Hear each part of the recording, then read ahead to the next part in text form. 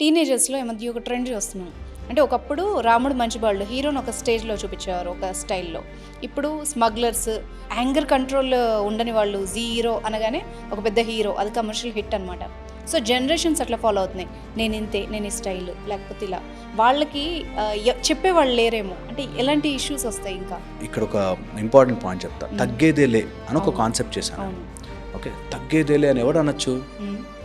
ఆ గంధపు చెట్లని నరికి, ఏదో టేక్ చెట్లను నరికి చాలా తెలివిగా దాచిపెట్టి లారీలు ఎక్కించి కంట్రీలు దాటిచ్చే ఐడియా ఉన్నవాడు తగ్గేదేలే అన్నారు. నువ్వు నిజంగా చాలా తెలివిగా ఉండి, చాలా ప్లాన్డ్గా ఉండి, నీ జీవితం మీద ప్లాన్డ్గా ఉంటే తగ్గేదేలే అనొచ్చు. అలా లేనివాడెవడు తగ్గేదేలే అనకూడదు. అలా లేనివాడెవడు అరగెన్స్ చూపించకూడదు. సినిమాలో వాడు 100 మంది ఇట్లా కొడితే ఎగిరిపోతారు, అలా నువ్వు కొట్టేటట్టుంటే అనొచ్చు తగ్గేదేలే. వాడు ఒకసారి ఫిక్స్ అయితే, కమిట్ అయితే, ఆ మాటకి నిలబడ్డాడు, అలా ఉంటే అనొచ్చు. ఇలా లేక చాలామంది ఇప్పుడు జనరేషన్లో ఏమైపోయిందంటే డైలాగులు. నేను ఎప్పుడు చెప్తుంటా, ఒక సినిమాలో ఒక డాక్టర్, ఆయన చాలా పెద్ద మంచి సర్జన్, కానీ బూతులు మాట్లాడతాడు, టాక్సిక్ అయిపోతాడు, డ్రగ్స్ తీసుకుంటాడు.